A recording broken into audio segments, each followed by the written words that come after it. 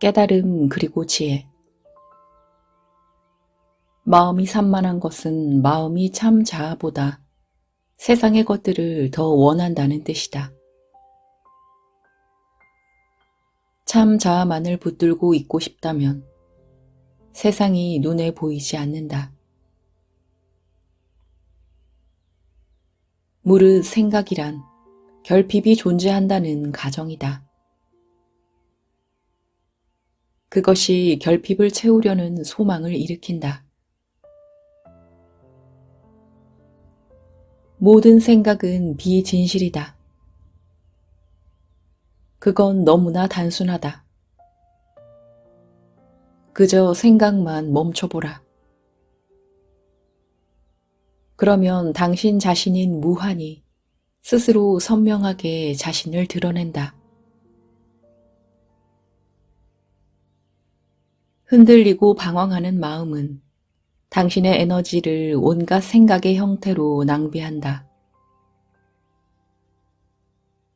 하나의 생각만 붙잡고 있으면 에너지가 덜 낭비되어 보존된다. 이 보존된 에너지를 참 자아에게로 돌리면 참 자아가 드러난다.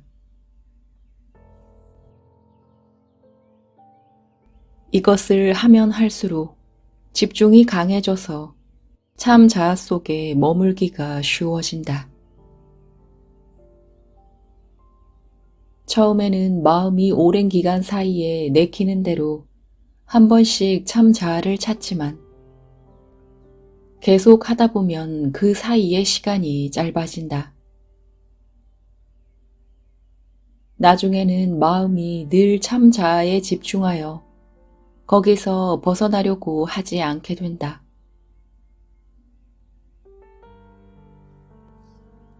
마음의 힘은 거의 무한하다. 한 생각밖에 없으면 그 모든 힘이 바로 거기에만 머문다.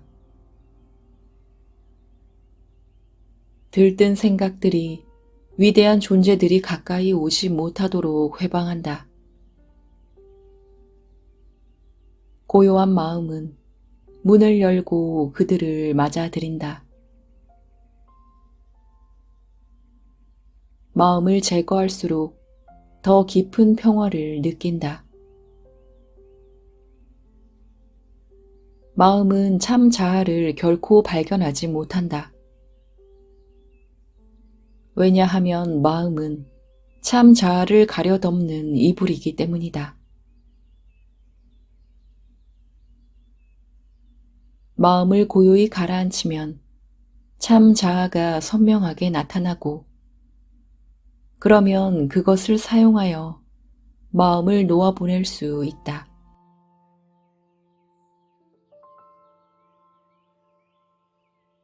생각이 없으면 힘들이지 않아도 모든 것이 조화 속에서 완벽하게 제자리를 찾아간다. 마음이 조용해지면 소유욕이 줄어들기 시작하여 마침내 안심의 경지에 이른다. 존재하기 위해서 소유해야 할 필요가 점점 줄어든다. 그 다음엔 내가 행위자라는 느낌이 줄어든다. 그리하여 자신은 진정한 행위자가 아니고 진정한 행위자는 더 높은 권능이어서 실제로 행위를 덜 하고도 존재할 수 있고 존재를 위해 행위를 해야 할 필요가 줄어드는 한층 더 깊은 안심의 경지에 이른다.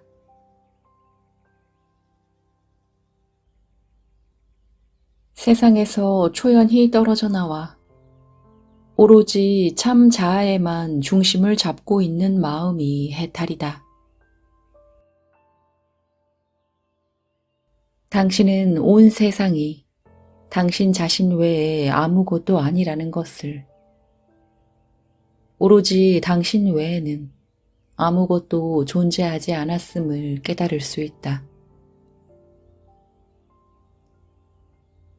오로지 하나만이 존재하고 당신이 바로 그것이기 때문이다. 하지만 그것이 최후의 경지는 아니다. 아직도 마음이 어느 정도 남아있다. 그래서 당신을 지배하는 마음이 더 이상 존재하지 않을 때까지 다시 명상 속으로 들어간다.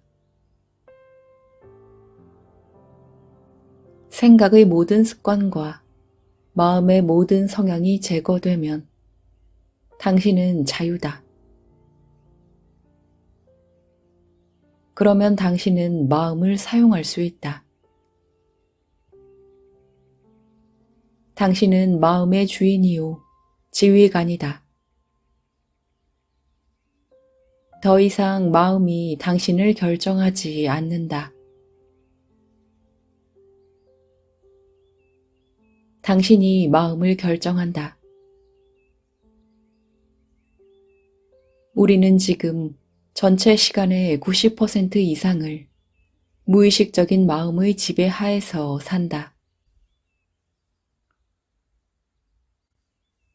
우리가 자신의 무한함을 못 보게 만드는 유일한 것은 마음이다. 마음은 제약적인 생각들의 집합 외에 아무것도 아니다. 그래서 우리는 우리 자신의 무한한 있음을 볼 수 있도록 명상으로 마음을 고요히 침묵시킨다. 명상은 소극적인 태도로 해서는 안 된다. 결코 억지로 마음이 텅 비게 만들려고 애쓰지 말라.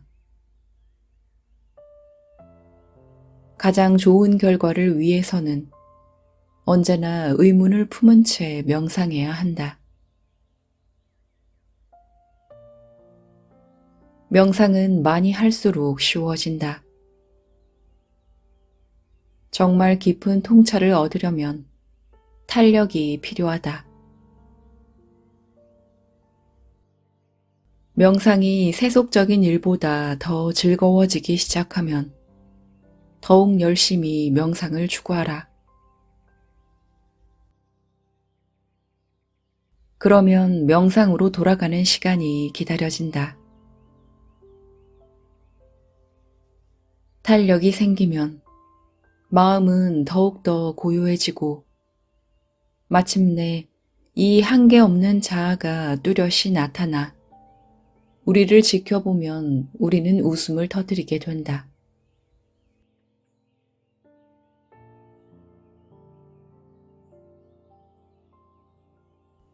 욕망을 충족시키려 할 때마다 욕망은 더 큰 강도로 창조된다.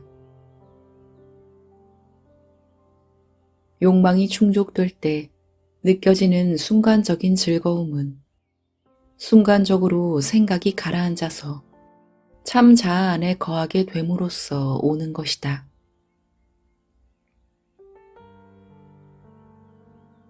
그것을 욕망의 대상 덕분인 것으로 여겨서 대상을 더욱더 원하게 되지만 욕망은 충족되지 않으므로 계속 커지기만 한다. 그 욕망은 오로지 끊임없이 생각을 침묵시켜 참 자아 안에 계속 거함으로써만 충족시킬 수 있다.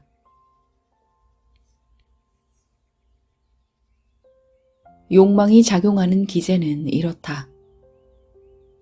우리는 먼저 결핍을 창조하고 그 결핍을 채우기 위해 무엇이든 욕망한다. 욕망은 생각을 창조한다. 생각은 참 자아를 덮어 가리고 이것이 우리를 불행해지게 만든다. 그러면 우리는 욕망을 채워서 그 불행을 벗어나려고 한다.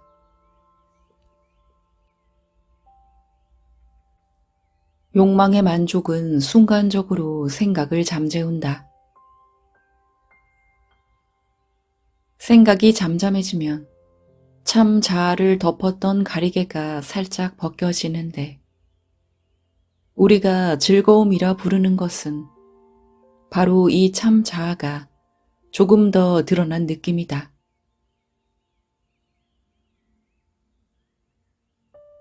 우리는 참 자아를 덮고 있는 욕망의 생각을 벗어나기 위해 욕망을 채우는데 사용했던 사물이나 사람을 기쁨과 즐거움의 근원으로 잘못 안다.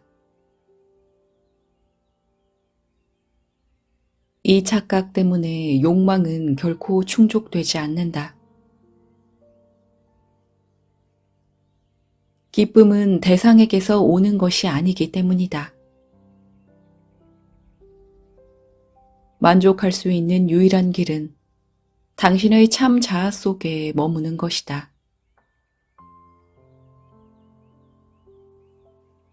욕망이 욕망할 만한 것이 아니라는 것을 깨닫고 나면 당신은 여태껏 경험한 어떤 것보다도 더 깊고 영속적인 기쁨과 평화가 존재한다는 것을 발견한다.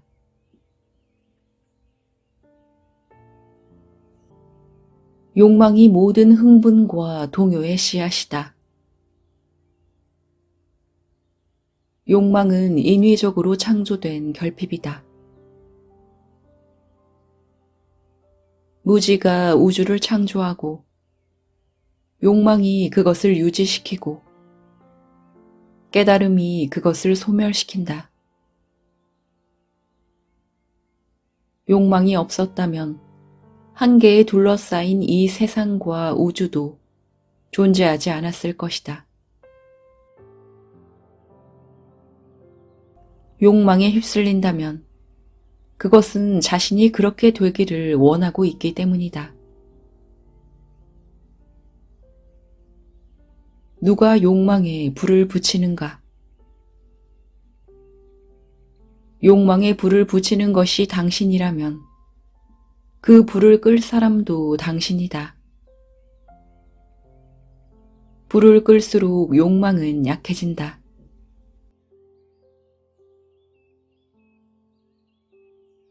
실상을 깨달으면 욕망은 사라진다.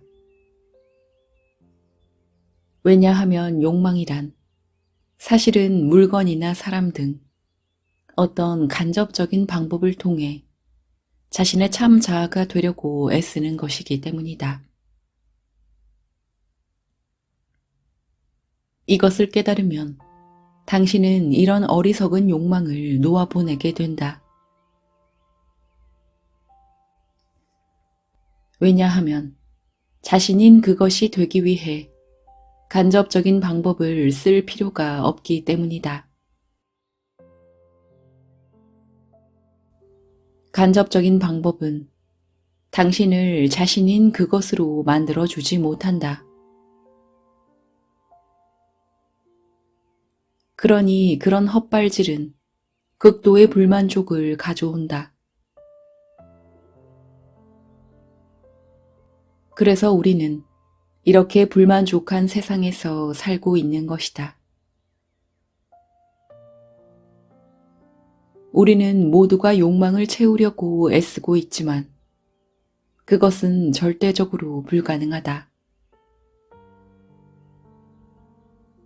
우리는 생과 생을 넘나들면서 하염없이 욕망을 충족시키려고 애쓰다가 결국은 욕망이야말로 자신의 적이라는 사실을 깨닫는다.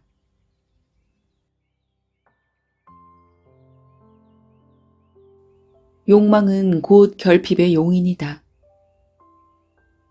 내가 한계 없는 존재라면 나는 아무것도 욕망하지 않는다. 내가 모든 것이다.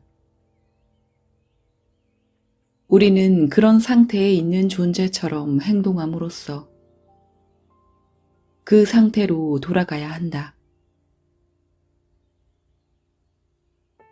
우리가 행할 수 있는 가장 위대한 행위, 가장 위대한 의식은 온전히 깨달은 존재가 사는 것처럼 사는 것이다.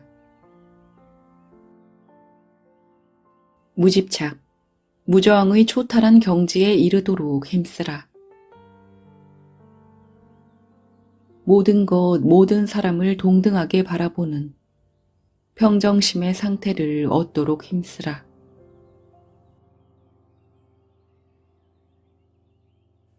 욕망 없는 상태에 이르도록 힘쓰라. 그러면 당신은 자신이 모든 것이며 자신이 바로 그것임을 깨달을 것이다.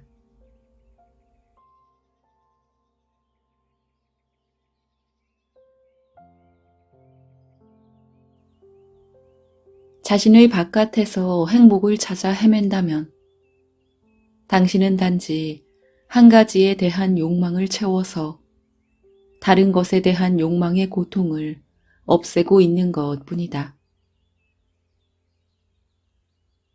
그걸 대체 만족이라고 한다. 하지만 욕망이 없어진 게 아니라서 그 만족은 오래 가지 않는다. 단지 욕망이 다른 대상으로 옮겨간 것 뿐이다. 그러니 상대방이 등을 돌리거나 변심하거나 상황이 바뀌어 욕망의 고통이 다시 나타나면 그것은 이내 당신을 다시 괴롭히기 시작할 것이다.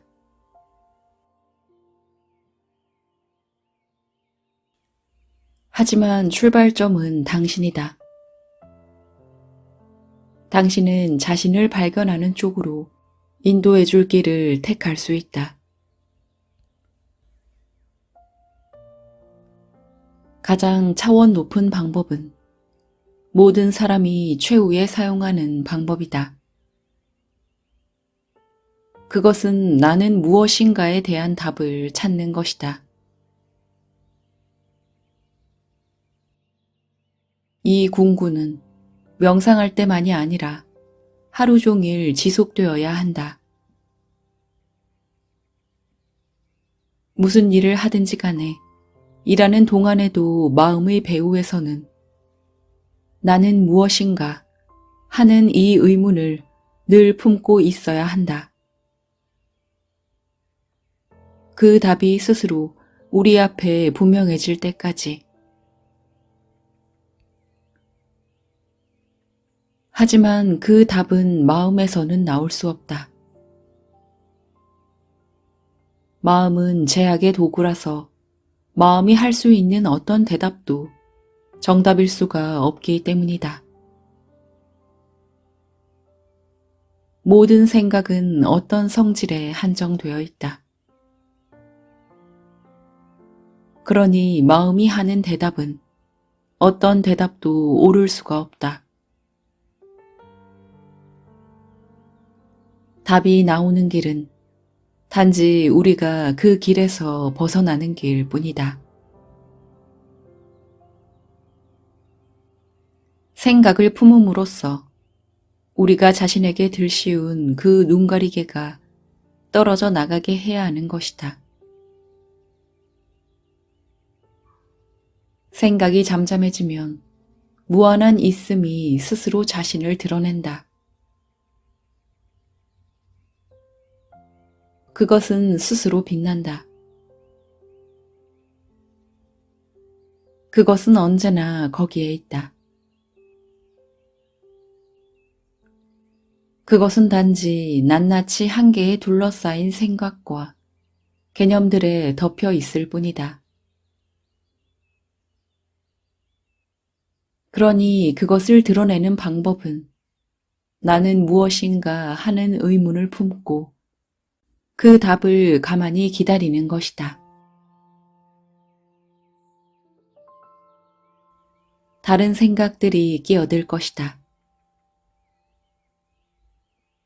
가장 큰 어려움은 이런 생각들을 침묵시키는 것이다. 잡생각이 끼어들면 이 생각은 누구에게 일어나는가? 라는 의문을 떠올리라.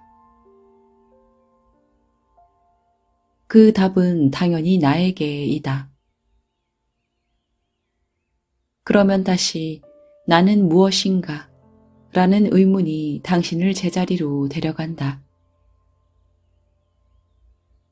이런 방법으로 나는 무엇인가? 하는 의문에 주의를 계속 집중시킬 수 있다. 이 의문을 품고 답을 기다리는 것에 더하여 일상 속에서 행위자가 되지 않는 연습을 하는 것이 좋다. 단지 목격자가 되라. 삶을 그저 지켜보는 목격자로 남아 있을수록 우리는 몸에 덜 집착하게 되고 더욱 자신의 참 자아로서 있게 된다.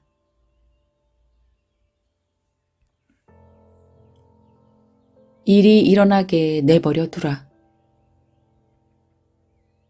삶이 그저 있도록 허용하라는 것이다. 이것이 우리의 가장 높은 경지의 상태다.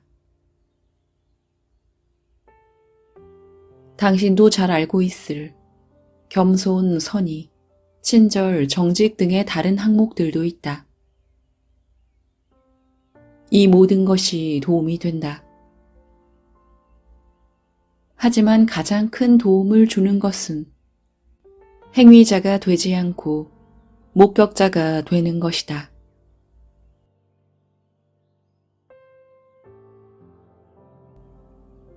마침내 우리의 참 자아가 우리 앞에 나타날 때 그것은 엄청난 경험이다. 그것은 소화해내기가 매우 어려운 경험이다. 우리는 마치 폭발해 버릴 것만 같이 느낀다. 왜냐하면 자신이 전능하고 전지하며 편재함을 깨닫기 때문이다. 하지만 그것을 한번 일별하는 것이 그 상태에 안착해 있게 해주지는 않는다. 그래도 일단 그것을 경험하면 우리는 그것을 다시 안착시킬 때까지 놓아보내지 않을 것이다. 우리는 그 상태로 돌아가기를 계속 연습할 것이고 계속 연습해야만 한다. 다음번엔 그 상태가 좀 더 오래 지속될 것이다. 세 번째는 더 오래. 그리하여 마침내는 하루 24시간 그 상태에 머물러 있게 될 것이다.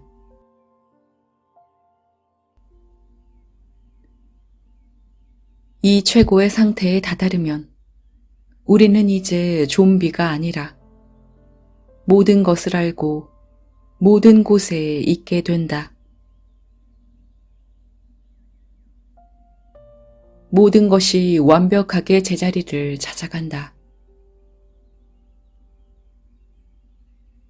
우리는 다른 사람들과 똑같이 세상 속에서 움직이지만 다른 점은 다른 모든 사람이 보는 것과는 완전히 다른 방식으로 세상을 본다는 것이다.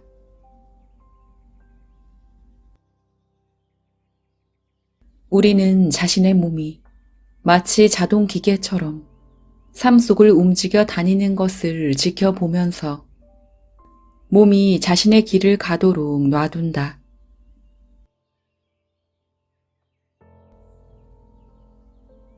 그리고 우리는 사실 그 몸이 아니므로 그 몸에 일어나는 어떤 일도 우리에게 영향을 미칠 수가 없다. 설사 몸이 찌그러지더라도 그것이 우리에겐 큰 의미가 없을 것이다. 왜냐하면 자신이 몸이 아니라는 것을 너무나 잘 알기 때문이다.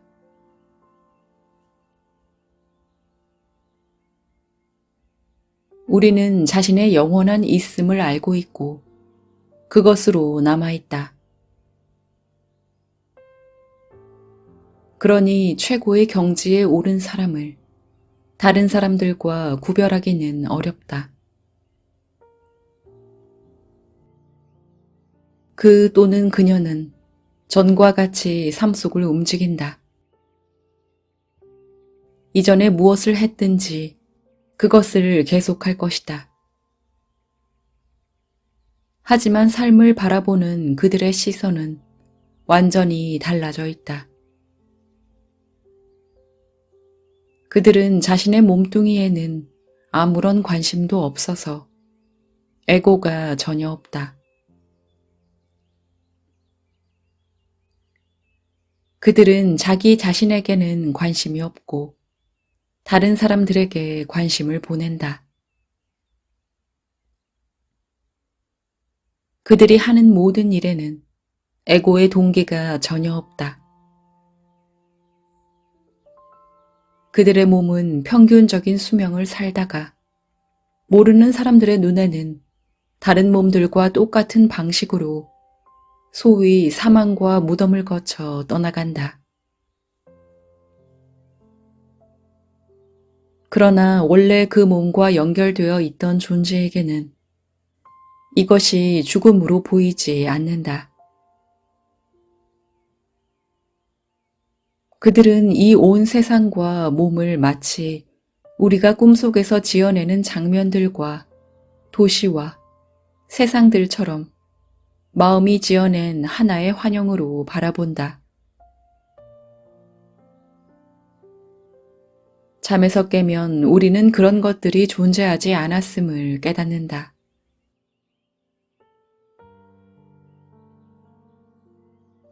우리는 이 모든 것이 한 번도 존재한 적이 없는 일장춘몽이었음을 알아차린다. 존재했던 유일한 것은 한계 없고 너무나 완벽하고 전지하고 전능하고 편재하는 절대적 실제, 나의 있음이었음을 깨닫는다.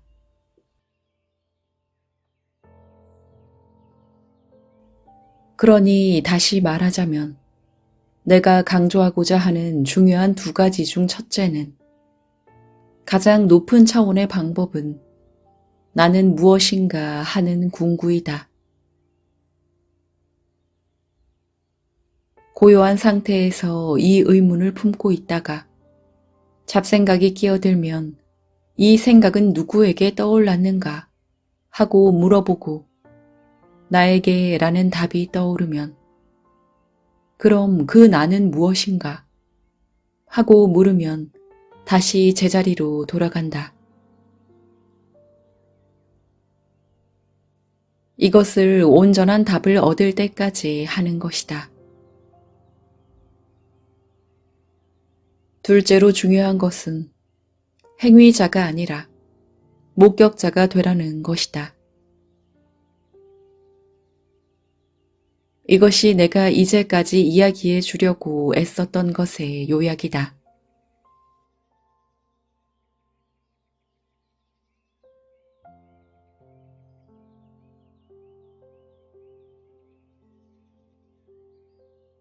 이제 당신에게 변함없는 행복을 유지시켜 줄 열쇠를 주겠다. 자, 행복이란 대체 무엇일까? 대부분의 사람들은 즐거움이 곧 행복이라고 말한다. 하지만 대부분의 사람들에게 즐거움이란 고통으로부터의 도피이다. 대부분의 사람들은 사람들과 어울리거나 오락을 통해 고통에서 잠시 벗어났을 때 행복하다고 말한다. 하지만 이것은 단지 일시적 도피에 불과하다. 그들은 혼자서는 자기만의 생각으로는 행복해질 수 없으니까 영화관으로, 나이트클럽으로, 친구의 집으로 도망가거나 그저 뭔가를 계속한다. 그래야만 제 안의 생각들을 대면하지 않아도 되니까 말이다. 마음이 자신의 생각으로부터 벗어나면 기분이 좀 나아지고 그들은 이것을 즐겁다고 하고 행복이라고 한다. 여러 면에서 모든 오락과 유흥은 도피이다.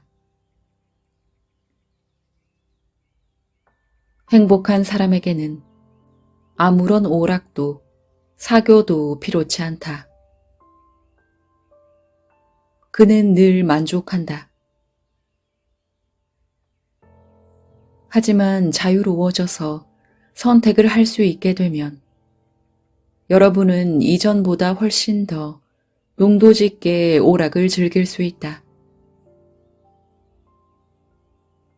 이젠 오락에 대한 허기와 욕구에서 벗어나 있기 때문이다.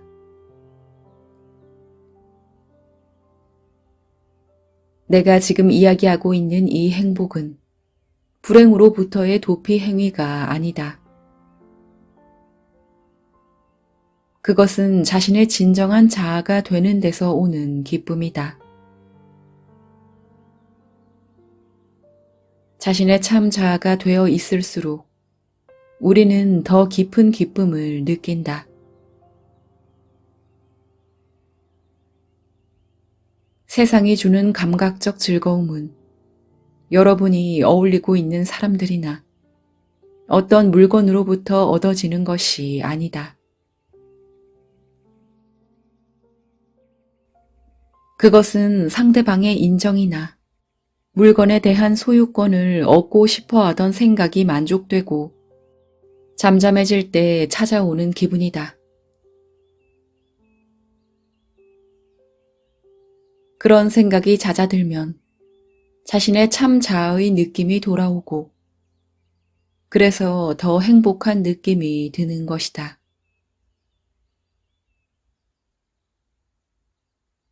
마음이 고요해질수록 더 그저 있을 수 있게 된다.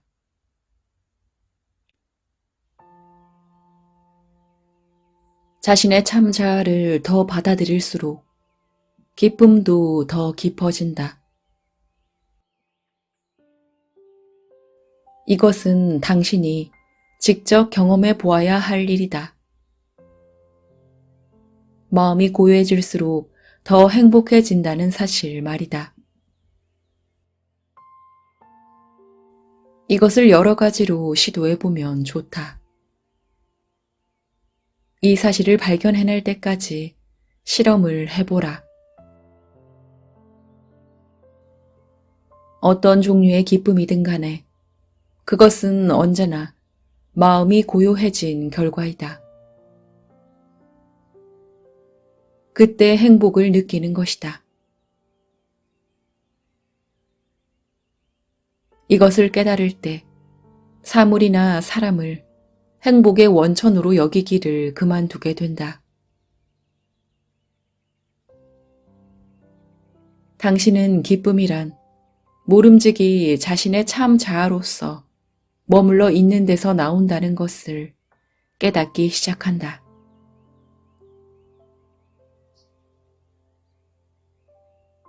이것을 깨닫고 나면 더 이상 엉뚱한 곳에서 기쁨을 구하지 않게 될 것이다. 당장 모든 것을 놓아보내고 그저 있게 될 것이다. 누구도 무엇도 필요하지 않은 그런 경지에 마침내 이르는 것이다.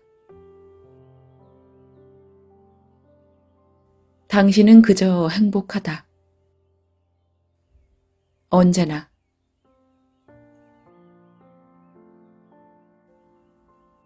우선은 이 모든 것을 지적으로 이해해야 하고 그 다음엔 실험으로 검증해야 한다. 그래야 그것이 정말 그런지를 알게 된다. 행복을 느낄 때마다 마음이 고요하고 편안한 상태에 있다는 사실, 그리고 사람이나 사물의 덕분이라고 여겼던 것이 실은 당신의 내면에서 일어나는 어떤 작용의 덕분이었다는 사실 말이다.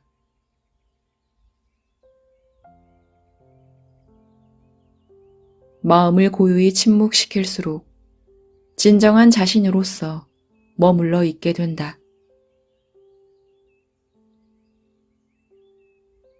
이것을 깨닫고 나면 더 이상 불행의 수렁에 빠지지 않게 된다. 불행을 느낄 때마다 어디로 가면 행복을 되찾을 수 있는지를 알고 있으니까. 마음이 외부의 것에 가 있으면 당신은 그저 있는 것이 아니다. 외부의 것에 붙들려 있는 것이다. 행복의 열쇠는 그저 그 사실을 아는 데 있다. 당신이 느끼는 행복은 욕망을 만족시킴으로써 마음이 고요해지고, 그러면 대상을 갈구하는 생각이 잠잠해져서 그저 있을 수 있게 될 때에 오는 것이다. 마음속에서 그것을 실제로 깨달으면 그것을 우회하지 않고 단도직입적으로 할 수 있다. 사람이나 사물을 얻지 않고도 그것을 갈구하는 생각을 놓아보낼 수 있고, 그러면 즉석에서 행복해진다. 행복이 실제로 있는 곳, 즉 바깥이 아니라 당신의 내면을 향해서 가는 것이 중요하다. 이렇게 하면 지속적으로 행복한 상태를 정착시킬 수 있다.